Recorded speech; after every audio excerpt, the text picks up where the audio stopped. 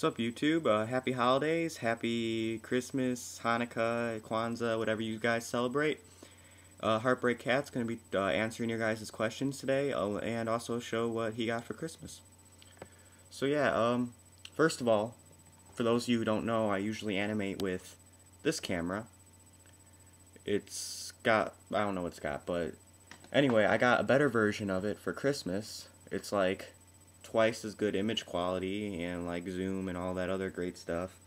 So hopefully my animations are better now, or as soon as I start using it, once I start figuring out how it works. Anyway, DVDs, I got the top 50 superstars of all time. The list is a little bit weird in some parts. Putting like Ric Flair at like number 17 is kind of odd, but I agree with a lot of the choices picked, especially number 1. But yeah, I'm a little biased on that. I also got the greatest movie of all time, The Expendables. Wait, can they like sue for copyright infringement if I like show this in the video? Well, you know what? I'm advertising for you guys. Look at that. Buy this movie. It's a really good movie. Buy it. Buy it. Buy it. Alright, that was a horrible impression, actually. I should have rehearsed for that. Anyway, time to answer your guys' questions.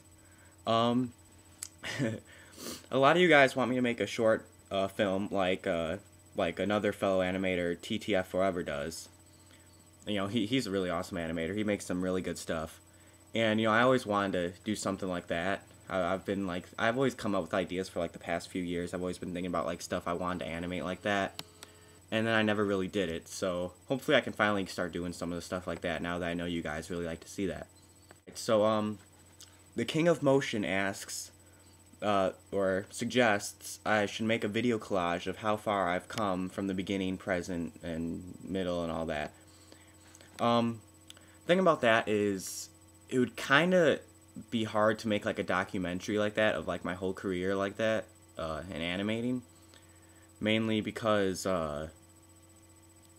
my career's not really over yet. I wouldn't want to make a documentary of my, you know, entire animating journey, and then a couple years from now still be animating and be like, well, now I gotta make another one or something.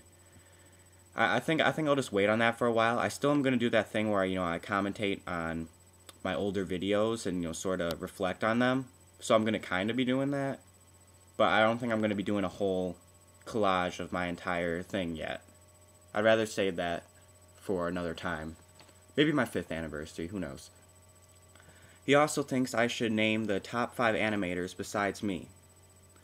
Well, see, it's really hard to say who are the greatest animators of all time, like, specifically name in order. Because the thing about that is, a lot of the animators are, like, unique, and it would just be impossible to, you know, just say who is the best like that. Like, for example, on the top 50 superstars of all time list, it just, some of the parts seemed really controversial the way they ordered some of the people, and I just specifically naming animators like that would just be, it would just come off as biased, honestly. I wouldn't even include me in the top 10, honestly. I know some of you guys would, but I wouldn't, because I could easily name a dozen animators off the top of my head who are better than me. So, anyway, my personal favorite animator of all time is actually Paul.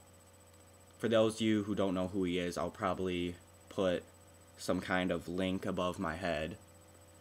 Over there, maybe. But no, Paul, I really liked his animations because they were like perfect smoothness, they had great speed, and he was just really creative with his animations, and I really appreciate that. You know, I mean, I don't really like to specifically, you know, just start naming people because I know I'm gonna forget someone, which really pisses me off. But you know, other animators, you know, over the years who have been really good, you know, Okano, of course. You know, a lot of you probably would agree with that. You know, of course, LKS, Steve-O, you know, the guys of the newer generation, JWS, Dead Bones, TTF Forever, even ECW Original. He's extremely underrated. You know, Ross, just, I really, like I said, I don't really like starting to name them off because I know I'm going to forget somebody, so I'm sorry if I forgot to say your name. But those are the guys who are, in my mind, are probably the best at what they do. Next question from Booyaka23, also known as the Pointy Animator. Tell everyone how smexy I am and show us Legos. Well, Arrow, I don't think you want... Wait, what does that even mean, smexy? Is that like smelly and sexy or something?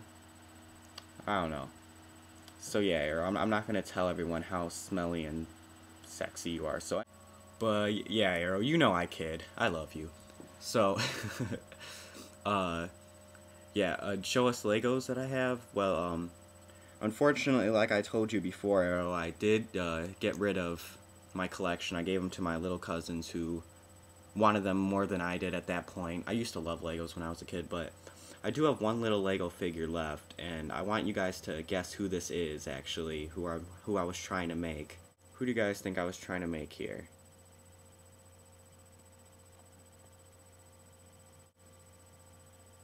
I'll give you a hint. He's currently in TNA, and he is Mick Foley. That's my hint. Alright, so yeah, let's see, next question. Modified Nerf Gun Freak. What figures do you recommend for animating? This is a good question, actually. The thing about this is, every animator has their own preference. Some people think that deluxe aggression figures are the best. Some people like Ruthless Aggression. Some people like the Mattel Basics. Some people like, you know, the Mattel Elite. Some people even like to use Titantron Live figures still. You know, everyone has their own preference. So, I personally prefer, I guess, a mix of Ruthless and Deluxe. I mean, depending on what the move is, and, you know, just what I'm in the mood to animate with. So, I mean, it's really hard to answer this question. I would just say, you know, just try each one and just see what you're most comfortable with, really. Next question from Kujobo0013. How come there are no more videos on Angus the Cat 316's channel? Another good question. You know, back in 2006 and 7, I wasn't exactly... Well, let's just say I had a lot more time on my hands, and that's why I was able to get videos out much quicker. But, now, you know, as I get older and, you know, really into other things, it's a bit harder to get, you know, long matches up. And that's one of the reasons I created this second channel, actually, so I could, you know, at least keep you guys occupied until I can get, you know, one of my bigger videos up. Because I really don't like disappointing my fans. So yeah, I mean, I'm trying to get videos up on Angus the Cat 316. I have a couple ideas for videos, and so hopefully I can get those up eventually. Gosh.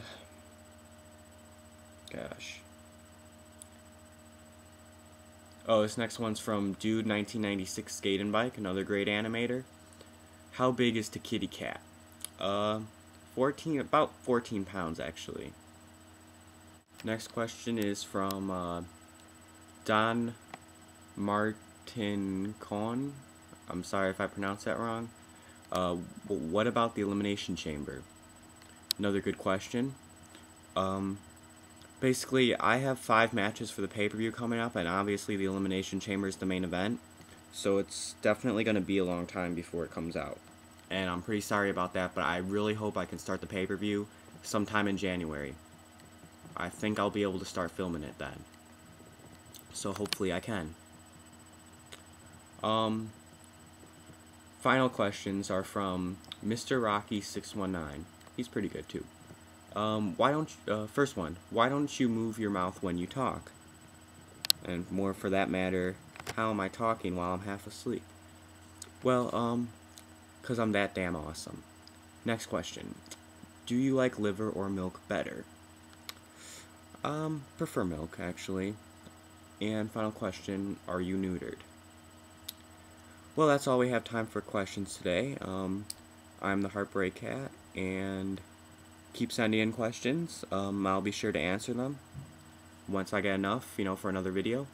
And hopefully I'll be getting some new videos up, and eventually I'll start using my new camera. So, yeah, 2011 is going to be a pretty good year for the Heartbreak Cat. So, yeah, see ya.